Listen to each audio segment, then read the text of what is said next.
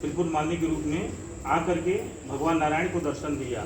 और जब नारायण को दर्शन दिया तो भगवान नारायण ने कहा कि हे देवी, अभी संसार की रक्षा कैसे होगा। उन्होंने कहा ठीक है। तो वहीं से ओमकार के रूप में भगवती बगलामुखी माता का जो है प्रादुर्भाव हुआ। भगवती त्रिपुर मालिनी ने आवाहन किया, भगवती पीताम्बरा स्वरूप में आई और दर्शन दी। दर्शन देने के बाद भगवान विष्णु ने वचन मांगा। भगवती पीताम्बरा ने कहा कि बताओ क्या चाहते हो नारायण। तो उन्होंने कहा कि हे देवी, इस संसार में प्रलय आ चुका है, कोई भी जो है ना देवी देवता सामर्थ्य नहीं है जो इस त्रिकुट नाम का राक्षस के सामना कर सके। पृथ्वी को ही हरण कर लिया है। भगवती पीताम्बरा ने कहा कि ठीक है, आप लोग अपने अपने धाम को जाइए, अभी त्रिकुट मालिनी का जो भी समस्या उसका हम निवारण कर देते हैं।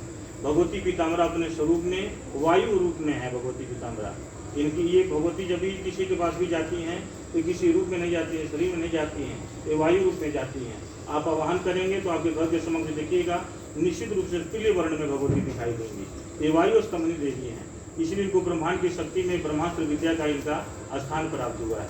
और ये ब्रह्मास्त्र वो ब्रह्मास्त्र है जिस विद्या को अगर अच्छी प्रकार से प्रयोग कर दिया जाए तो उसको कोई रोकने वाला ब्रह्मांड की शक्ति में नहीं है।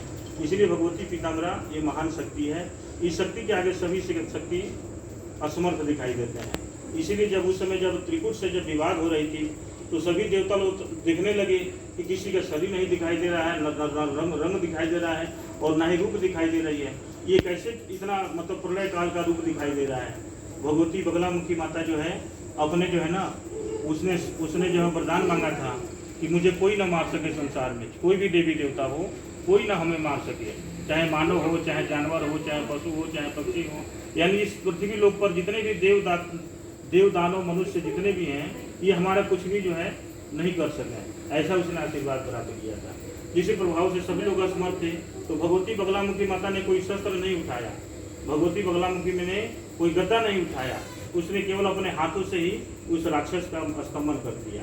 और स्तंभन करने के बाद वो स्वयं नहीं समझ पाया कि मुझे किसने मारा है और मैं किससे विवाद किया हूँ, किससे लड़ा हूँ। इसलिए भगवती पीताम्बरा की वो शक्ति है कि आप विश्व में कहीं भी रहें, आप यश स्मरण मात्रेण जन्म संसार बंधनात्। ये केवल स्मरण मात्र से भगवती अपने यजमान का और अपने भक्त का कल्याण करती है। केवल आप प्रातः काल की बेला में सुबह उठते ही अगर 3 बार भगवती पीताम्बरा का नाम लीजिए और पूरे दिन का समय देखिए कैसे भगवती निकालती है और आपकी सारी समस्या 2 मिनट के अंदर हल भी कर देती है। बोलिए भगवती पीताम्बरा माता की।